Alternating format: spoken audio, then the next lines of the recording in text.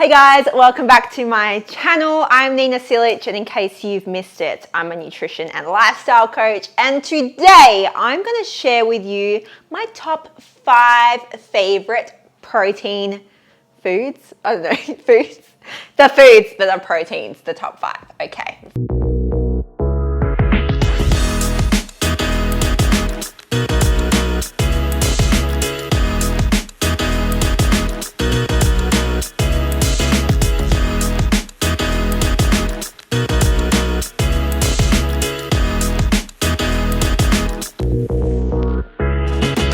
Today we are talking about protein and why you need protein, how much you need, and what protein sources.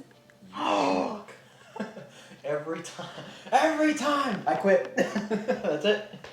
That was my phone. Do you know why my phone's on? What? Because I turn it loud so I can hear you calling, so I can let you in the building. So that's my fault. It's your fault though. So why do we need protein? Why is it so important? Well, protein is probably the most underestimated macronutrient, and it's probably the most important. I would say it is the king of the macros. Macronutrients meaning large nutrients. It's nutrients we need to survive. So you do need protein. It's very essential to consume.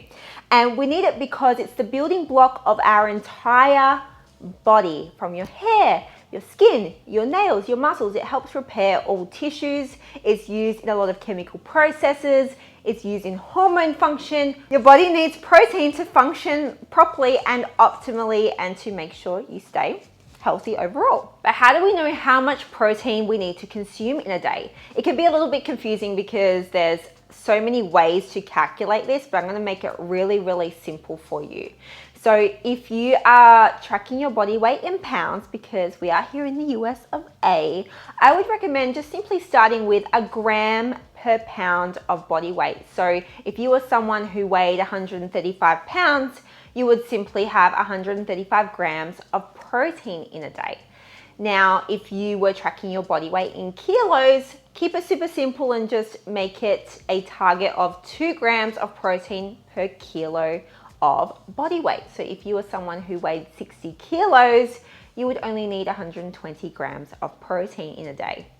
Now, what do I mean by grams of protein? Okay, this isn't the entire weight of 120 grams of chicken or 120 grams of beef or whatever the protein source is that you're consuming. Okay, that's a really, really common error. So it's the protein content of foods that you're tracking in the day. So for example, 100 grams of chicken or cooked chicken maybe has roughly around 30 grams of protein, and that's what you're tracking to add up to your daily target intake. There are many, many protein sources out there, but I'm going to give you my top 5 I use on the daily or on the weekly, and they're always a staple in my diet.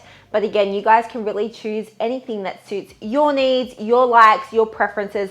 There's nothing magical about these particular protein sources. They're not like be all end all the best, but they're just what I like to consume for my routine and what I enjoy to eat. So pick the protein sources that you also enjoy to eat, and yeah, that you can have daily, because no one wants to eat food that tastes terrible and that you hate eating. Let's be real. So my first protein choice I love to consume is chicken breast. So whenever you're buying chicken, something to look out for is making sure it's skinless, because if you have skin on the chicken, it's going to add extra fat. I personally like to choose the chicken breast just because it's probably one of the leanest sources of chicken you can get. If you choose things like chicken thighs, chicken wings, and all the other chickens you can get. Look at all those chickens. Like ground chicken, I don't know, whole chicken, whole rotisserie chicken, they're going to be a lot higher in fat content, and that's something you have to look out for. So if you're looking for a protein source that is really low in fats, then lean chicken breast is probably the best option to go with, or chicken tenderloins are really good as well. But that's why I choose chicken, because I can then get all my fat sources from other foods. I don't have to get it from the meat itself, and it just gives me a really easy way to get much more volume of food in from a variety of food sources throughout the day. Second one I love is ground beef. Ground beef. You guys call it ground beef. We just call it beef mince. In Australia, you call it beef mince, okay? So ground beef, I love this because I love to make beef chili. It's so freaking easy to make. Throw all the things into the slow cooker, let it do its thing, and voila, beef chili. You can make burgers. I just love it because it's so versatile. But the biggest thing I like to look for with ground beef is that it's very lean. So the leanest one I could find today actually in the supermarket was, what are we at? You'll see on the label, it will tell you what percentage of lean and what percentage of fat it contains. And this one is 93% lean with 7% fat. So it's pretty good. I think the highest you can get is like 96 or 98 here. They don't have it at my supermarket. But you want to keep your beef as lean as possible. Again, that's just going to give you more protein for the amount you consume without involving other macronutrients like the fat intake. My next favorite protein is eggs. I love eggs. I could eat breakfast for every single meal of the day. Anyone else with me on that? Let me know below because I would like to know. I would have eggs on toast or eggs on avocado toast or an omelette or pancakes. I could literally eat those meals all day, every day. So I love eggs. Eggs are the best. And eggs are great because depending on what your macronutrient intake is for the day, you can really decide whether you're going to keep all of the egg yolks, some of the egg yolks, or none of the egg yolks to make it really lean. So egg yolks are not bad for you.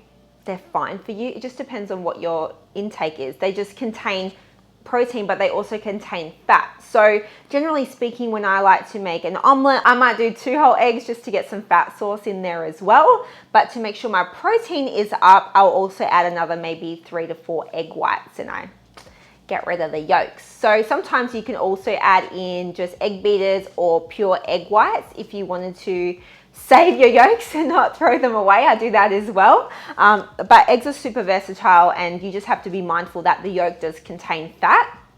But overall, it's still very high in protein and like so delicious. The next protein, and this is really amazing to have on hand. This is canned tuna. You can have any kind of fish in the week. To be honest, I don't really eat these anymore. I used to love canned tuna. In Australia, they have my favorite tuna brand and I'm so fussy since I've eaten that because in the Americas, in America, that's where I live now, I don't know, the tuna here for me is like really fishy and I just don't like it. But my husband loves these, so we still have them and it's a great protein source to have. You just want to choose a tuna that is in spring water, so you're eliminating any fats. If you choose one that is already in oil, you're getting a lot more fat in there. Now, again, there's nothing wrong with fats. You just want to make sure you're getting a high protein content with minimal fat intake if you're just focusing on protein itself. Fun fact, so I used to love fish. Oily fish, salmon, whatever, whitefish, tuna. Since I got pregnant and had Aria, I have this fish aversion. I can only eat fish if someone else cooks it for me, so at a restaurant or something like that. Or if, like I just can't, I smell raw fish now and I'm like, it's really weird, it's gross. And even sometimes I'll have Chino cook it, my husband, and I'll eat it and I just forcing it down because I know it's good for me, but I'm not a fish fan anymore. It's so weird. So hence why I think tuna is a great protein source, but for me now, I don't use it as much. But it's still in my top 5 because I still think it's a great option. So my 5th one is a fat-free Greek yogurt. So why are we going fat-free again with a Greek yogurt? Because when you have less fat in a protein source, the protein content is going to be much higher per serving. So that's why I go with the fat-free Greek yogurt. This is delicious. You can have this in any way, shape or form. You can have it on a snack by itself. I choose the plain one just because it then reduces the carbohydrate intake too. And you can add in stevia, you can add in other flavors from protein powders and things like that. You can do whatever you want. So this is a great underestimated protein source and you can make it into a dessert. You can do so much with it. So fat-free Greek yogurt is definitely a favorite. So there you guys have it. These are my top 5 protein sources I use a lot of. Disclaimer with the tuna, I know. But I'm going to give you one more bonus protein tip. So this one I couldn't include in my top 5 because it's not technically a food source, it's a supplement, but lo and behold, protein powder. This is a whey protein. So this is a protein supplement. So you don't necessarily need supplements or protein powder to consume enough protein in the day. But for me, when I'm busy, especially being a mom and working and just craziness in the day, it's a really simple and easy way to get another hit of protein intake in, because one serving contains how much protein in this one? 24 grams of protein, which is awesome if you're not going to eat meat or you don't have time to cook something in the day. So technically not a food source as such, because it is still a supplement, but still probably one of my favorite staples. So there you have it, guys. These are my favorite proteins to include throughout my week. I hope you guys found this video useful and that you enjoyed seeing what I eat in the week for protein. If you guys consume any of these, let me know in the comments below. And if there are any protein sources, it's hard to say protein sources that many times. If there are any protein sources you guys really enjoy eating, let me know. I'd love to hear from you what those are. If you like this video, please give it a thumbs up. It really helps me out, and make sure you subscribe so you do not ever miss a video. That's it. Until next time. Bye.